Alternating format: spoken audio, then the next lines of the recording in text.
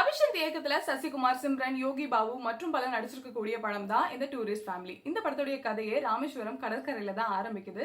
அதாவது பொருளாதார சிக்கல் காரணமா ஸ்ரீலங்கால இருந்து குடும்பமா வந்திருக்கக்கூடிய அகதிகள் தான் சசிகுமார் அவருடைய குடும்பமே. இங்க வந்துட்டு அவங்க புதுசா ஒரு வீடு எடுத்து தங்கி எல்லா ப்ரொசீஜரும் பண்ணி இங்கே வேலையெல்லாம் பார்த்து இங்க வாழ ஆரம்பிக்கிறாங்க. ஆனா அதுக்கப்புறமா ஒரு சில பிரச்சனைகள் வருது. அது எல்லாத்தையும் இவங்க கடந்து வந்தாங்களா இல்லையா அப்படிங்கிறது தான் இந்த டூரிஸ்ட் ஃபேமிலி படத்துடைய கதையே. இந்த படத்தோட பெரிய பிளஸே என்னன்னு கேட்டீங்கன்னா, இந்த ஃபேமிலியை தாண்டி இன்னும் 4-5 கேரக்டர்ஸ் எல்லாமே இருக்கு.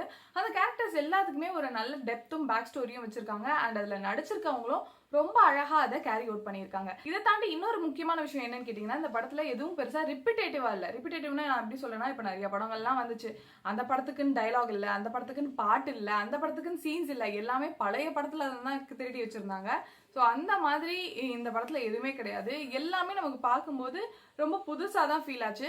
1-2 விஷயம் கொஞ்சம் ரிப்பீட்டேட்டிவாக இருந்தாலும் அதுக்குன்னு சில கவுண்டர்ஸ் போடுறது, அதுக்குன்னு ஒரு சின்ன சின்ன ட்விஸ்ட் வைக்கிறதுன்னு வச்சிருக்காங்க. அது ரொம்பவே இன்ட்ரெஸ்டிங்காக கேரி அவுட் ஆயிருக்கு. மோஸ்ட்லி இந்த படத்தை பார்த்துட்டு எல்லாரும் அயோத்தி படம் மாதிரி இருக்குன்னு சொன்னாங்க. ரெண்டுத்துக்கும் பொதுவாக இருக்கிறதுன்னு பார்த்தீங்கன்னா, இனமென பிரிந்தது போதும், மதமென பிரிந்தது போதும், மனிதம் ஒன்றே தீர்வாகும் அப்படிங்கிற விஷயம் தான் ரெண்டுத்துக்கும் ஒன்று.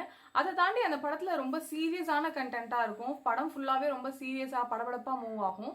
பட் இந்த படத்தில் உங்களுக்கு ரொம்ப சீரியஸாக இருக்காது. ஃபன் எலிமெண்ட் இருக்குது, எமோஷனல் எலிமெண்ட் இருக்குது. அதை தாண்டி இந்த மாதிரி கொஞ்சமாக தான் அந்த பதட்டம் இதெல்லாமே இருக்குது. படத்துல இருக்க குட்டி குட்டி டிராபேக்ஸ் என்ன அப்படின்னு கேட்டிங்கன்னா, எமோஷன்ஸ் எல்லாத்தையுமே சாப் பண்ணி வைக்கணும்ட்டு வேணும்னே ஃப்ரேம் பண்ண மாதிரி இருந்தது. அதாவது ஒரு எமோஷனல் சீனா ஒரு 10 நிமிஷம் வைக்கிறாங்களா, அடுத்தே ஒரு ட்விஸ்ட் வைக்கிறேன் நான், கொஞ்சம் படப்படன்னு வர மாதிரி வைக்கிறேன், அதுக்கப்புறம் உடனேவே கொஞ்சம் ஃபன்னாக வைக்கிறேன்னு ஒரு மாதிரி சாப் பண்ணி வச்ச மாதிரி இருந்தது. எனக்கு ஒர்க் அவுட் ஆகாத மாதிரி தெரிஞ்ச இன்னொரு விஷயம் என்ன அப்படின்னா, நான் சொன்ன மாதிரி எக்ஸ்ட்ராவாக வர கேரக்டர்ஸ் இருக்காங்க இல்லையா, சுற்றி இருக்கவங்க, அவங்க எல்லாமே அவங்க ரோலை ரொம்ப யதார்த்தமாகவும் நார்மலாகவும் பண்ணுற மாதிரி இருந்துச்சு.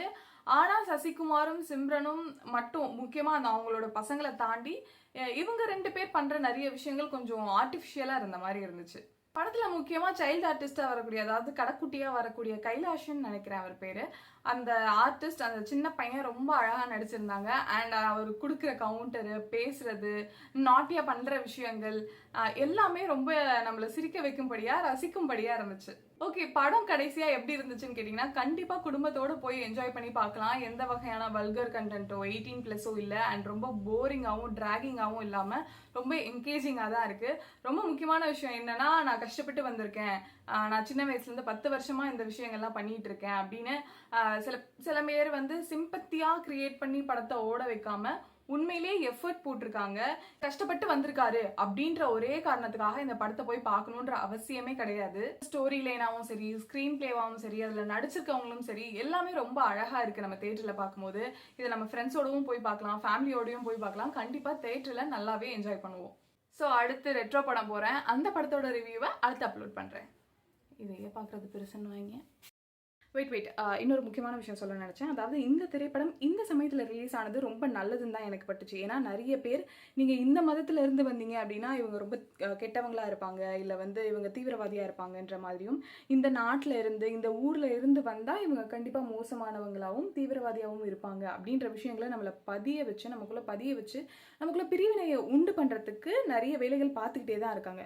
ஸோ அந்த சமயத்தில் வெகுஜன மக்களும் இதை பார்த்து இன்ஃப்ளூயன்ஸ் ஆகிருப்பாங்க இந்த மாதிரி விஷயங்கள் எல்லாத்தையுமே.